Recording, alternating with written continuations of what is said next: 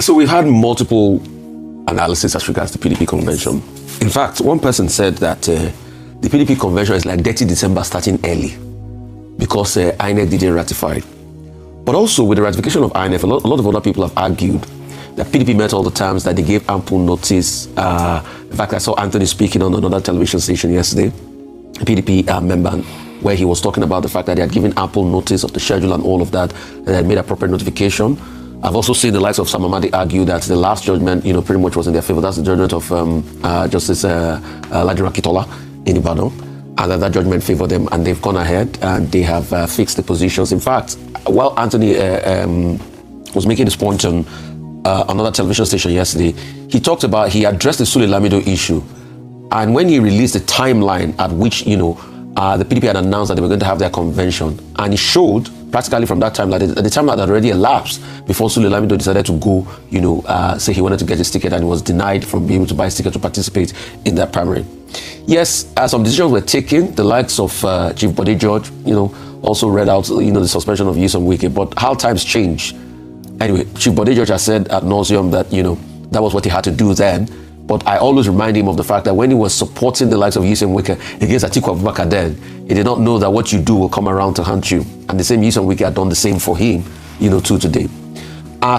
George Turner sent me a message, I think on Sunday morning, saying that, and I think it was a statement they had released, saying that the suspension of some of the members was laughable because the argument of the fact that the process in Ibadan was not ratified by INEC, so how are they going to suspend them?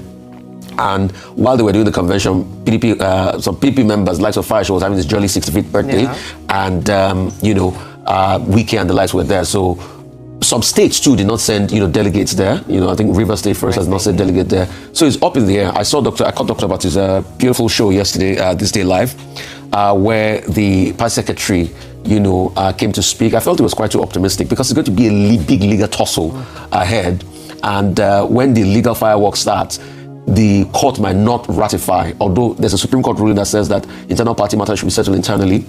But there are many cases, and when we start to unearth the bodies that were buried, it's going to be a lot. So I'm going to wait with bated breath, and I'm going to use Dr. Abati's words yesterday. I think officially, from the state of coma, I think PDP has been taken to the mortuary. So the question is, I normally hear that there are miracles of people already taken to the mortuary, and they rise from the dead from the mortuary, even after 3 days. So maybe PDP can follow the biblical inclination of a resurrection. But the joke was on all of us and the PDP because we are not at Easter. Okay. If you get the joke, you understand. I understand.